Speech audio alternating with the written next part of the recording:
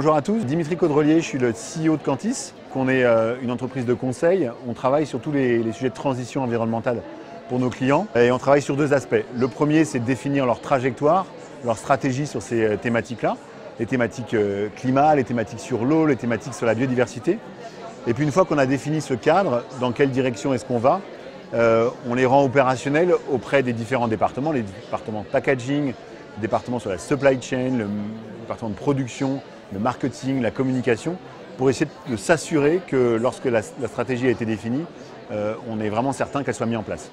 On essaye de faire le pont entre ce que la science dit de ces sujets environnementaux, donc climat, eau, biodiversité, et comment est-ce qu'on peut le rendre opérationnel. Donc on veut vraiment s'assurer qu'on n'est pas en train de parler d'une transition environnementale qui va vers du mieux, mais on veut s'assurer d'avoir une transition environnementale qui est suffisante par rapport aux enjeux aujourd'hui de la planète. Le cadre sur lequel on réfléchit est le cadre de ce qu'on appelle les limites de la planète. Donc pour nous, un engagement environnemental qui fait sens est un engagement environnemental qui prend en compte cette réalité objective et opérationnelle qui est que la planète a ses limites, dont on commence à comprendre les tenants et les aboutissants. Et donc une entreprise qui s'engage aux côtés de Cantis est une entreprise qui aura compris comment est-ce que son business model peut changer par rapport aux limites de la planète.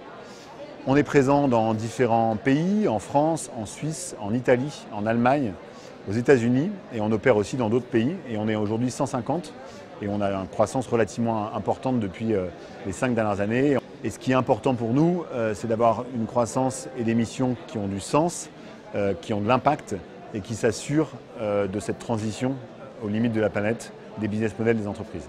On est présent à travers un stand, on est aussi présent à travers des conférences.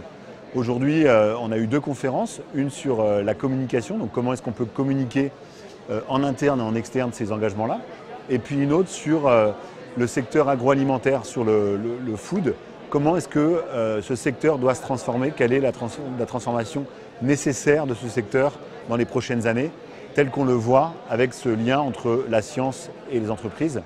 Et demain, on aura une conférence sur le numérique, comment est-ce que le digital peut réussir à répondre aux problématiques de l'impact du digital, mais comment est-ce qu'on peut aussi s'assurer que le digital peut contribuer à une transition positive sur ces thématiques-là, avec une interaction nouvelle avec ses clients, une interaction nouvelle avec ses fournisseurs en interne.